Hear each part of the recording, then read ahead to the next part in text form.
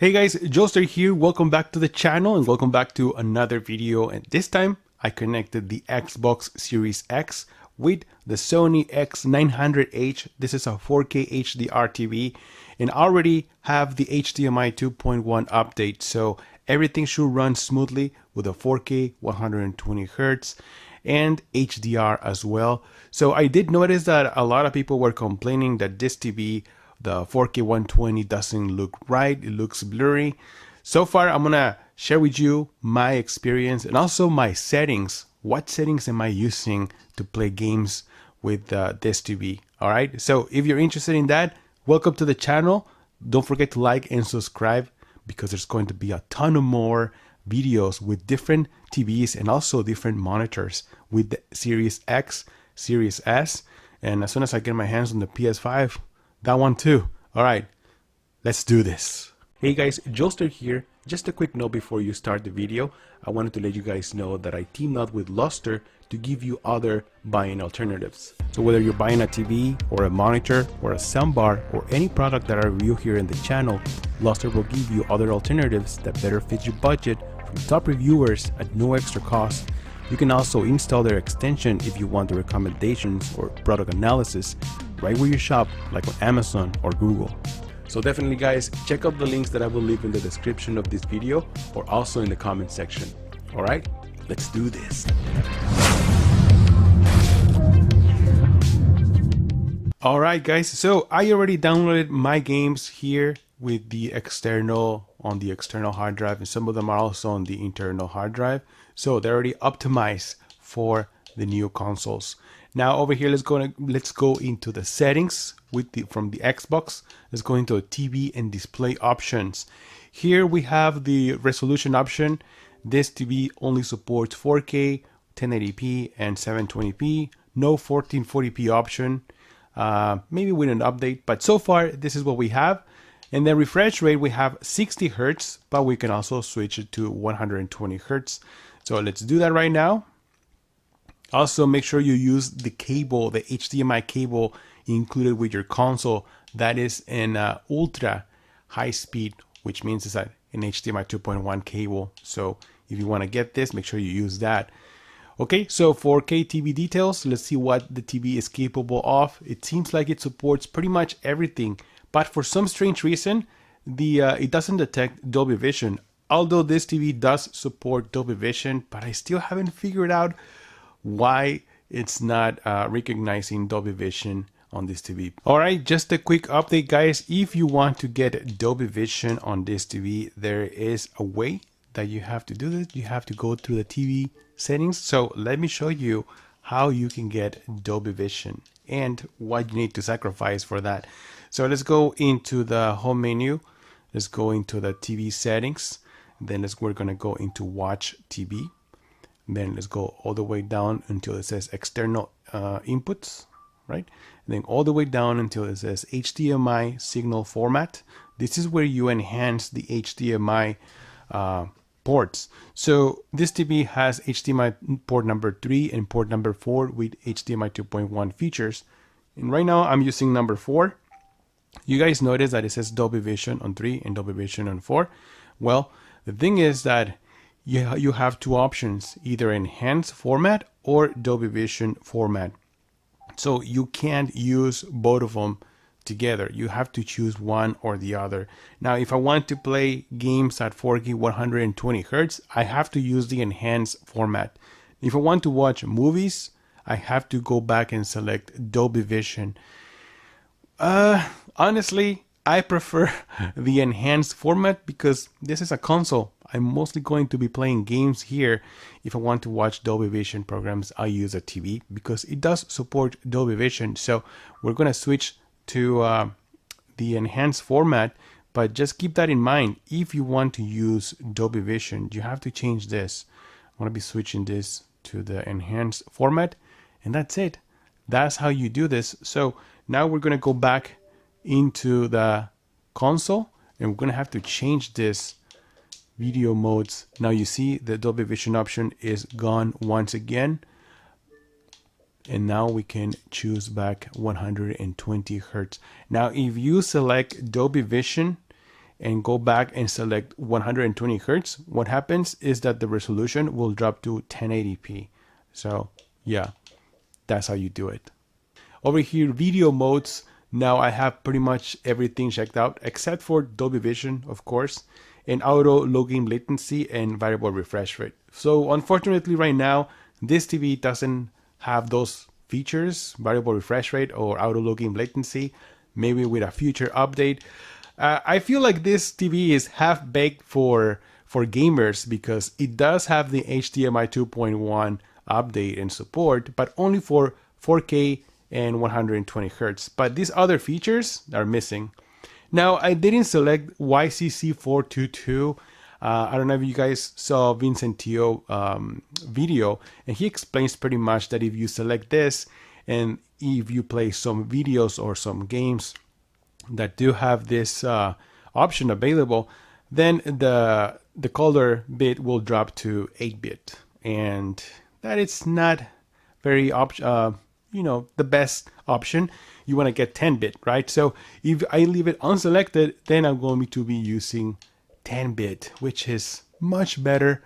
It is a matter of choice, but this is what I'm using right now.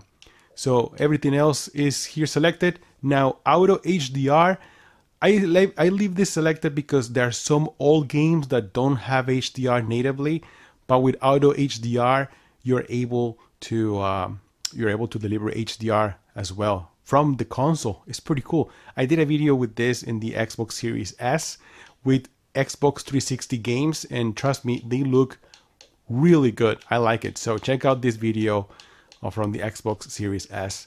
And what else? So calibrate for HDR games. I already did this. Video fidelity and overscan. I have this. The color depth is on 10-bit, which is the best option right now, because pretty much every single 4K TV, it's only limited to 10-bit. So even if you select 12-bit, you're still going to be using 10-bit. So 8-bit, no.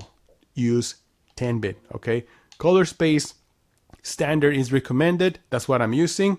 And that is pretty much it. All right. Alright guys, so before I get into some gameplay, I wanted to show you something here on this game. This is Call of Duty Cold War, and you do have the options of using ray tracing, or 120 Hertz.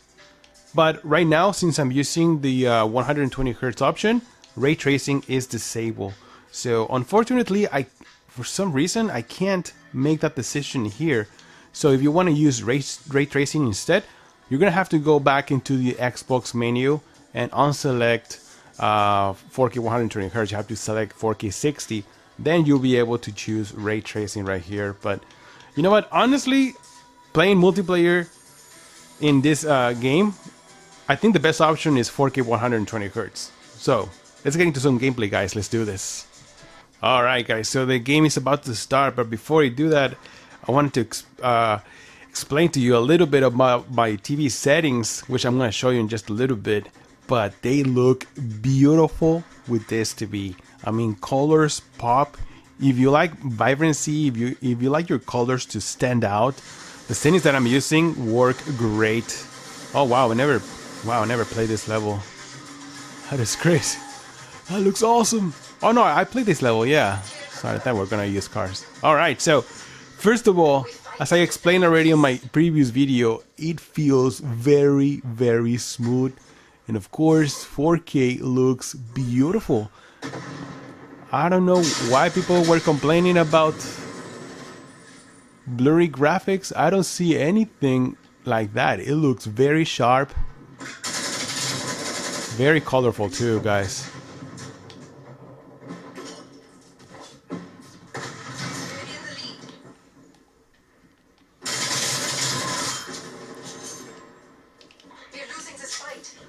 Oh shit.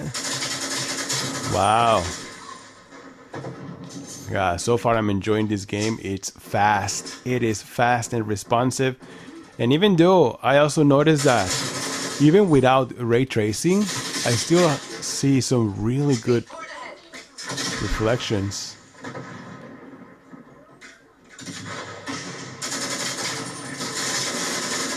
Oh wow. Oh no! Oh, they got me reloading. But anyways, guys, this game looks and the responsive of this TV, it's fantastic and it looks beautiful too. Also, I feel like with HDR, it does stand out. So yeah, I like this.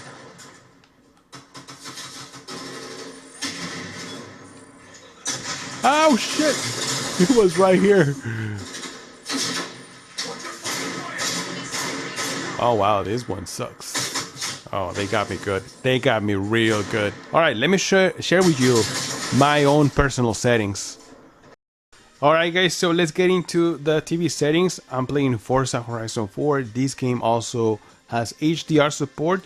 So these are going to be my own personal HDR settings. So as I always mention, these are my own personal settings. You are welcome to use them, but I always suggest to use the ones that work best for you, okay? Because I noticed that each and every one has different tastes, okay? So here we go. I'm using game mode, of course. You want to have the lowest input lag, so I recommend to use game mode. But sometimes game mode, it makes the picture a little bit washed out. It doesn't stand out. It looks pretty crappy. So with these settings, I'm gonna help you enhance those the game mode picture. So auto picture mode, turn this off. You want to make your own personal suggestions, right? You want to use your own settings. So brightness, of course, this is going to be maxed out. This is HDR. You want the brightest picture possible. Then let's go into contrast. This is kept at 90. This is out of the box. I think it looks good. Gamma in the middle, keep it balanced. Okay. Black label in the middle once again. Black adjustment, this is an enhancement for black levels. Although I did notice that it does improve, but I still have it and turned it off. I think it looks good like this. So contrast enhancer. Now this is another enhancement that some people don't like to use. Honestly, I feel like when I turn it off, the whole picture looks a little dull. The colors look washed out. When I turn it on in high, it looks much better. I like it. This is my personal taste and this is what I'm using. Auto local dimming, of course, you want to have the best contrast and black levels possible. Use it on high. If you want to also have the brighter picture, right? Turn this onto high. Now, extended dynamic range, this also works in conjunction with HDR. So it says right here, further optimizes contrast by assigning surplus power in dark areas to bright areas using local dimming. So yes, of course, you want to use this on high. If you turn this off, you notice how the whole picture gets a little dimmer. So yeah, no, have it in high. Now colors, this is where I started to make some changes. Color is in the middle, 55, hue in the middle, and then color temperature. So I used to have it in warm, but I noticed that warm is kind of like warm 1 on Samsung TVs, and I usually use warm 2.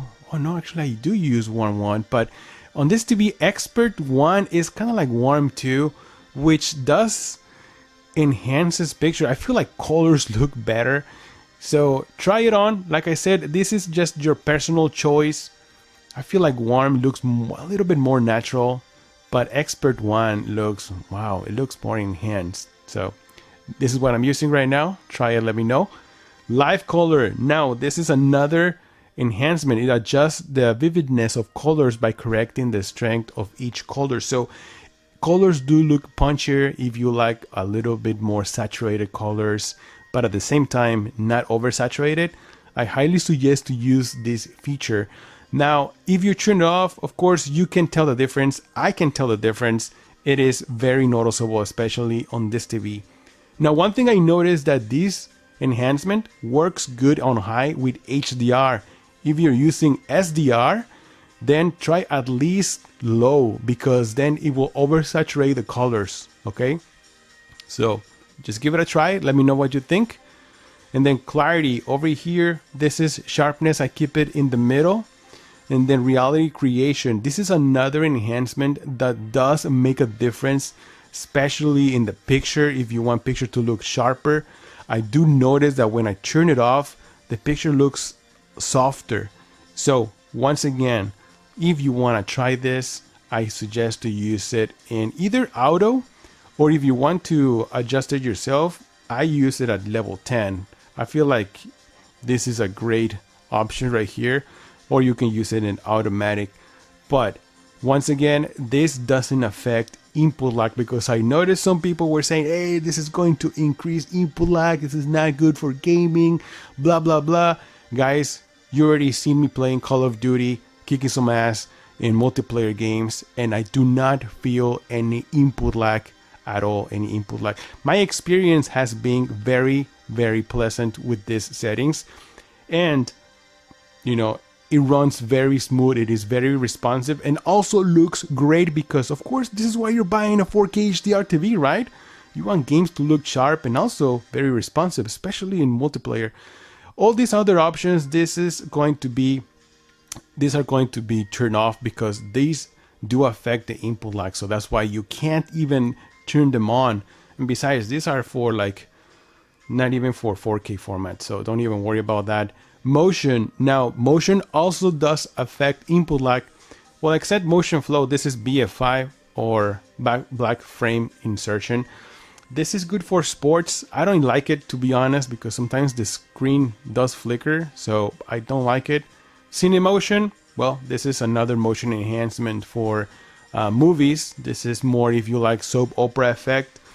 Personally, I don't use it. Well, you can't even use it in gaming, so don't even try. So video signal, let's go in here. HDR mode, I have all this one selected in automatic. If you want to have HDR, press HDR in everything, you have that option here, but you don't want to do that. You want the TV to get native HDR, right? So like I said, everything is in automatic, and that's pretty much it. These are my own personal settings, guys, and I like them. I'm enjoying this TV, and so far, I mean, there's some things that I do feel like this TV is missing, and it's just like, but either way, this TV with this picture looks great. So another game that looks pretty awesome right here is Borderlands 3 on the Xbox Series X. Not only it loads super fast, but it also looks beautiful. It is running at 4K 60.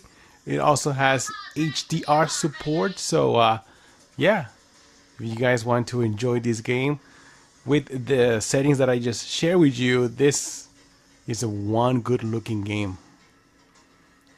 Great visuals, already optimized for the new generation of consoles. So yeah, guys, so far my experience with the Series X has been very positive. I like it. Also, like, as I mentioned, the loading times has been drastically improved. So if you don't, you know, like there's some games that take forever to load.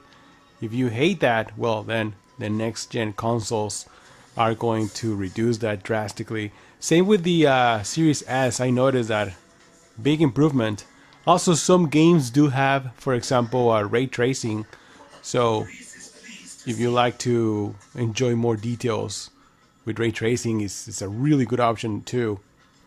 But so far, this is probably like the best console right now. Of course, I want to try the PlayStation 5.